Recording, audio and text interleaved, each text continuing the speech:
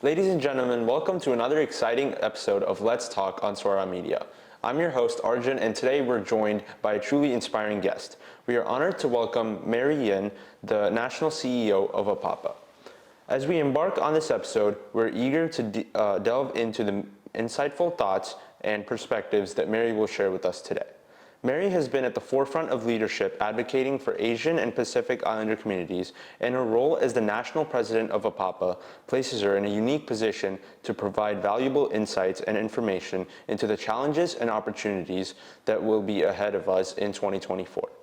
In our conversation today, we'll be exploring the vision and initiatives that Mary envisions for APAPA and the broader Asian community, and we will be talking about the community in the coming year. We're keen to learn about the exciting projects, advocacy efforts, and community engagement initiatives that Mary and APAPA have in store for us.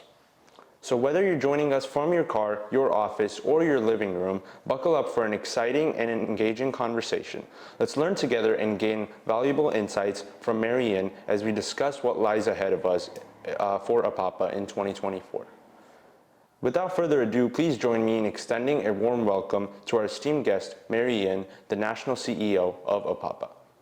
Mary, Happy New Year, and how were your New Year celebrations, and what plans are ahead for you in 2024?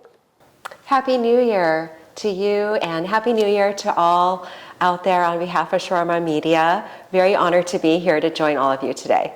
Well, it's been a wonderful year. I'm reflecting upon this past year, 2023. We're very excited to enter many partnerships and to continue with our positive impact to the community in this year.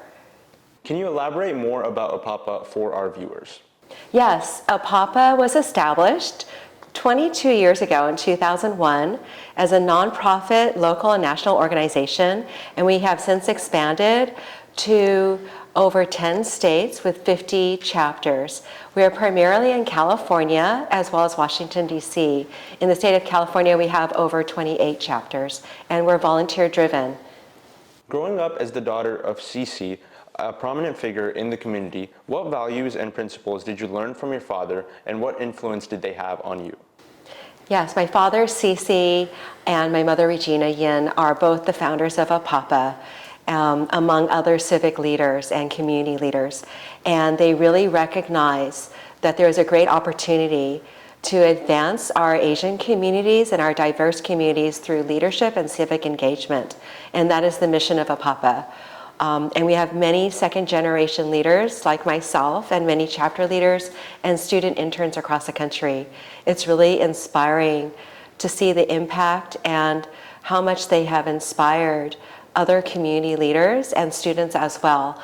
Part of the mission of APAPA is to advance the next generation of leaders, and that is a commitment that has been growing, and we see more volunteers every year. So that is an exciting part of our mission. Can you share some memorable anecdotes and lessons from your childhood that highlight the impact your father has had on your life in shaping your character? I would say there were so many experiences that we've had. In our family, we have many uncles and aunties. We have a large extended family. And we see many of our close friends and those who are part of the community who work alongside us as our extended family. And I think in many ways, I've grown up in APAPA. I've been part of this chapter. The first chapter was in Sacramento. And really appreciate the close friendships that we've been able to develop over the many years. And we really see family and friends and relationships as incredibly important to us on a personal and professional level. And that has been a ton of gratitude and many positive experiences that have been established through that. So that's something that we've learned, is to value the relationships that we have in our community. Your father, Cece Yin, has achieved remarkable success. How do you find your own path and make a name for yourself while carrying on your family's legacy? Yes, one of the legacies that we have always embraced, including my family and my parents, as well as many chapter leaders and volunteers, is to really give back to the community. And through the nonprofit APAPA, we've been able to do that. through the generations. One of our core programs is our internship program. My son actually benefited from that as well personally, and it is through mentorship, support, and guidance that they have been able to succeed. And I think many of the students have had doors of opportunity that are open to them through working directly with legislators and public officials. And that is one way to pursue a lot of meaning and to achieve meaningful impact in our community is through supporting other student interns and seeing the success that they can achieve, and they can help others to achieve their dreams as well. In what ways has your father's success inspired you and motivated you in your own endeavors, and how do you define success for yourself? Well, I think my father, Cece, has inspired many people, including myself. Professionally, I worked as a deputy DA. I was an attorney for several years, and then I transitioned to become a McDonald's owner-operator, a franchise owner. So we have that entrepreneurial spirit in our family. And so my husband and I are part of Golden Arch Enterprises, and we're McDonald's franchise owner operators in the state of California, and particularly in Northern California. And that has been a wonderful opportunity for us to be able to use that as a vehicle to give back to the community. And that has been very inspiring. It's been a great legacy. The journey of self-discovery is important for everyone. Can you share a few key moments and experiences from your life that help you understand yourself better and shape your own aspirations? Yes, I think through the years, especially in the most recent years, it has been very challenging because our community has faced a lot of escalating hate crimes. There were over 11,000 hate crimes since 2020 that have been perpetrated against the Asian community, Asian Pacific Islander community. And we have learned to reach out for support from diverse partners. And this journey is not to be traveled alone, and we do not stand alone. And people and other organizations, hundreds of other organizations have stood by us, as well as public officials and community leaders, to support our community and to be able to combat hate crimes. And that is something that is beyond an individual challenge, but is something that our community has faced together. And it has been very heartwarming and building a lot of confidence in our community that we can work together. Because only through unity and diversity do we find our strength together. How do you handle public scrutiny and expectations that may arise due to your family's history, and what advice would you give to others that were in similar situations? I would say to embrace all the opportunities and the goals, and to work really, really hard, because the more time you put into something, the more passion you demonstrate, the more commitment, the more success that you will achieve. And to really value teamwork, and to know that there are so many others who have the same dream and the same aspirations, and by working together, you can achieve those dreams. That's great advice. Can you share any upcoming projects or initiatives that you are currently involved in, and how do you see them contributing to your personal and professional growth? Yes, some of the dreams and the goals for 2024 would be for APAPA, the API Public Affairs Association, to increase the number of hosting legislators and public officials who work with our student interns across the country. Right now, there are over 200 public officials that open the door of opportunities to work directly with our APAPA student interns. And we encourage other public officials to visit us and reach out to us so that they can also participate and be engaged in that effort and be able to expand our internship program, because it's very meaningful to advance our next generation of leaders. We also want to reach out to more volunteers to join our chapters and our chapter leaders across the country.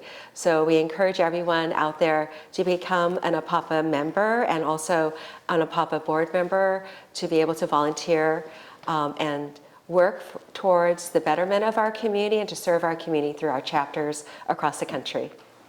Congratulations on being the national CEO of APAPA, Mary. Can you share your journey and experiences that have led you to take on this leadership role? Well, I started with APAPA over 2 decades ago, and with the first chapter, which is here in Sacramento. And we now have chapters across the country, including Washington, D.C. And it's been one of the most meaningful experiences of my life on a personal and professional level. I would really highly encourage everyone, as well as college students and high school students, to reach out to APAPA. We have Youth Leadership Academy programs for professional development for college students and high school students, and also placement opportunities and internships for college students with legislators and public officials. And they can excel in the field of their choice, everything from ranging from technology to public service, as well as business and the sciences as well. I think there's a lot of great mentorship and guidance that is provided on a multi-generational level, and I would encourage everyone to get involved. APAPA plays a vital role in promoting civic engagement and leadership within the Asian and Pacific Islander communities. How do you plan on further enhancing these efforts during your tenure? Well, as you know, this upcoming year is a huge election year in 2024 on a local and national level. So many of our chapter leaders are hosting town halls, roundtables, and community forums for the nonprofit and nonpartisan type of events. And this is in partnership with other diverse community organizations, including the African American community, the Hispanic community, and the entire Asian Pacific Islander community and mainstream community. And I would encourage everyone to attend and support these events, because voter registration, voter engagement, it really makes a big difference to make sure that our voices matter and that our voices are heard on important issues. Can you highlight some of the key challenges that the Asian and Pacific Islander communities face today, and how do you envision APAPA addressing these challenges in the future under your leadership? So the challenges that our Asian Pacific Islander community face are many, and these challenges are not insurmountable, but we realize that we need to work together in unity and in partnership with other organizations. One example of success that we have achieved is a positive accomplishment by partnering with legislators such as Assemblymember Mike Fong in California with Assembly Bill 1354, which is Asian American history. That legislation and bill recently passed in the state of California. So now there is a framework for Asian American history to be taught in the K through 12 schools, in the public schools in the state of California. And California is now one of 7 states across the country that include Asian American history in public schools. And I want to congratulate the entire California Asian Pacific Islander Caucus, Assemblymember Mike Fong, and to thank our Governor Gavin Newsom for signing that bill and making it a reality. APAPA is very proud and honored that we earlier this year testified in support of that bill, because our history matters. And that is the best way to ensure our stories and our positive contributions are remembered and acknowledged throughout the state and throughout the country as well. And we are working with other legislators across the country so the framework of this bill can be passed in other states as well. Congratulations to California for being one of 7 states to now have Asian American history. And APAPA also formed a coalition of over 68 partnering organizations, including NAACP and the California Hispanic Chamber of Commerce, as well as many public schools and community leaders, to be able to support legislation such as Asian American history within public schools, because our history matters. Diversity and inclusion are critical topics in today's society. How does APAPA actively contribute and promote diversity, equity, and inclusion within the Asian and Pacific Islander communities? Yes, one of the ways we support inclusion and diversity in the Asian Pacific Islander communities is through our Government Appointments Committee.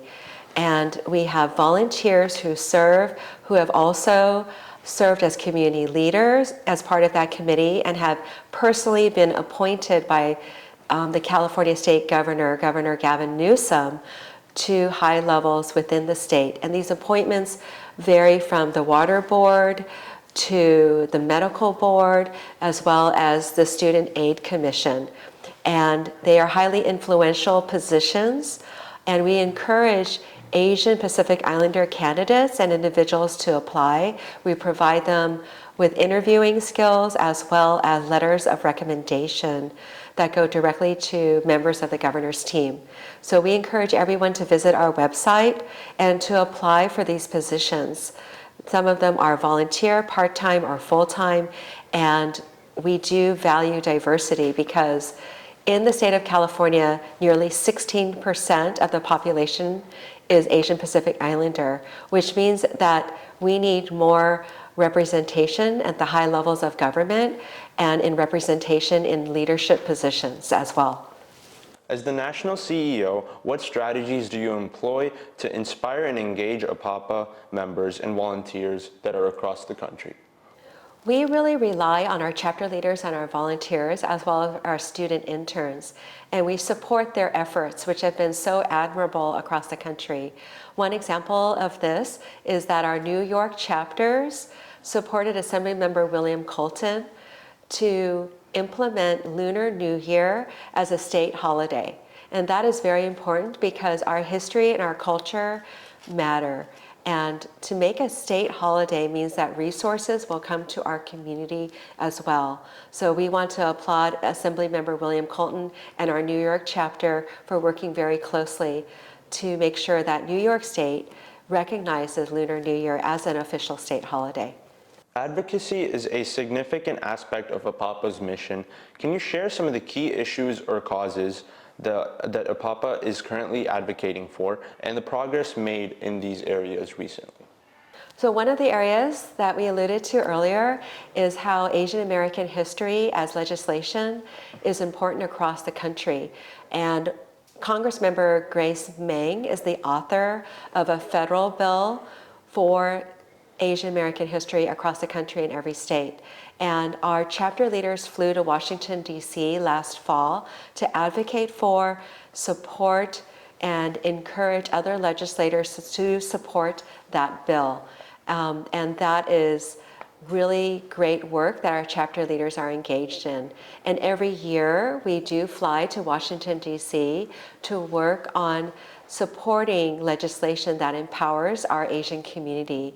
And we encourage everyone to join us and to volunteer in those efforts. And we hope that you will reach out to one of your APAPA chapters to be engaged and also to support our APAPA headquarters here in Sacramento as well.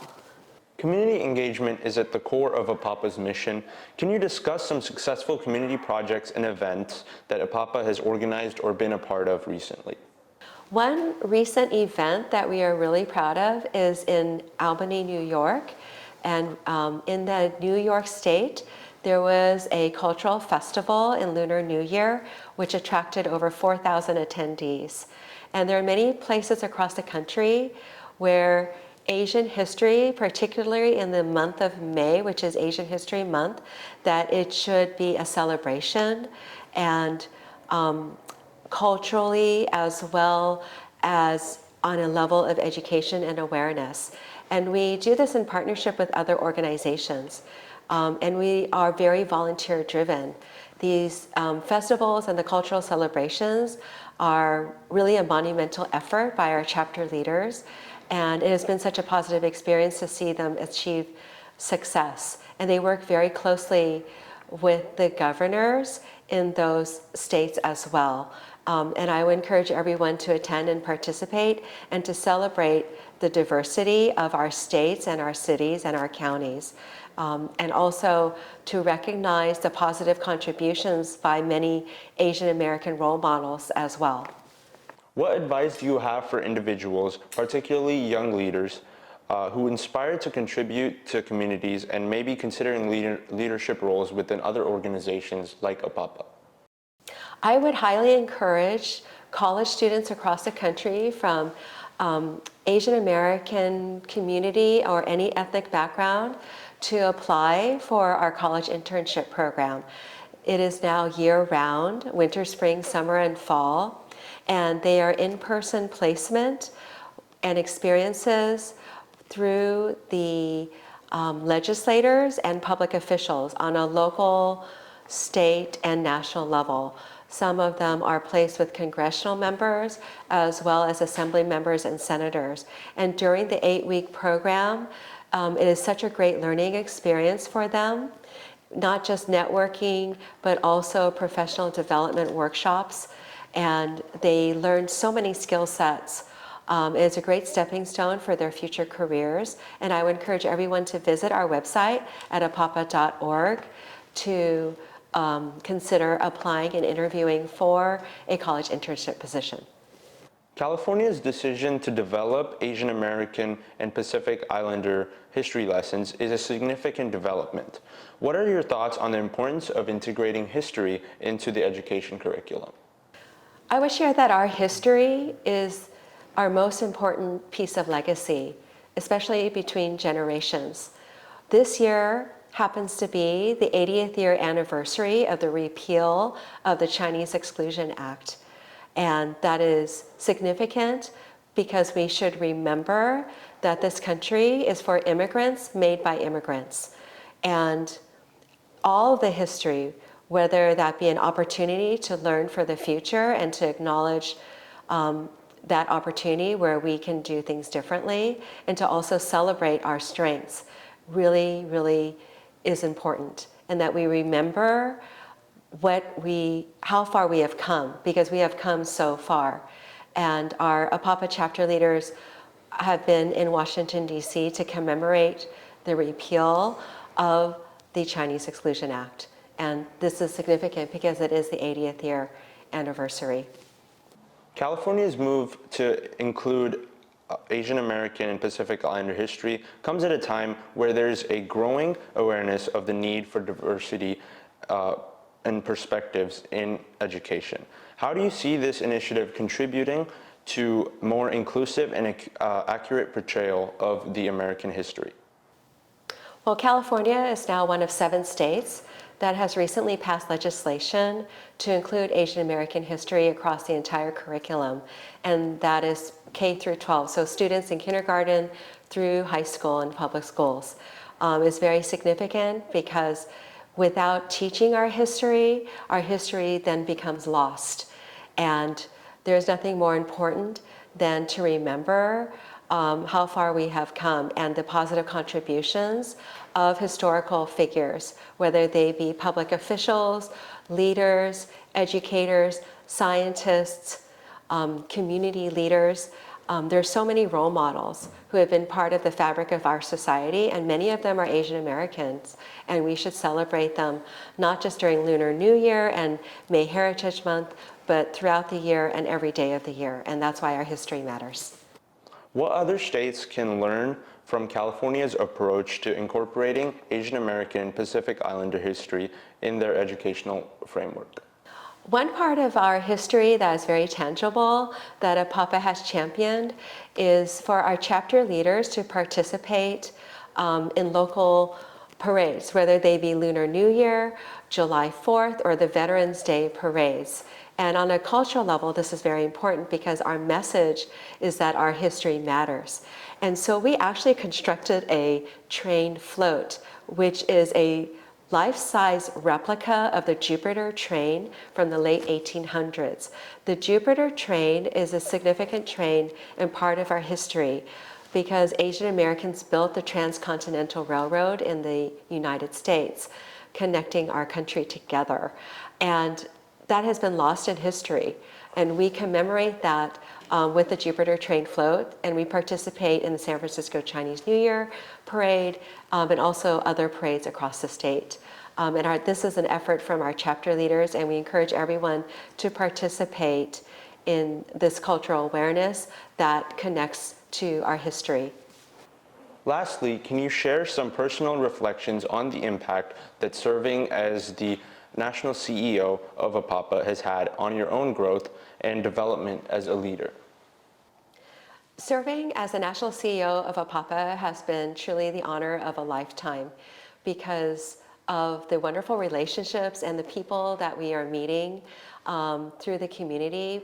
There are so many people who give back and who really are incredibly generous with their time, their resources, and just their heartfelt dedication to care so deeply for our students, for our chapter leaders, and for the work that we are doing.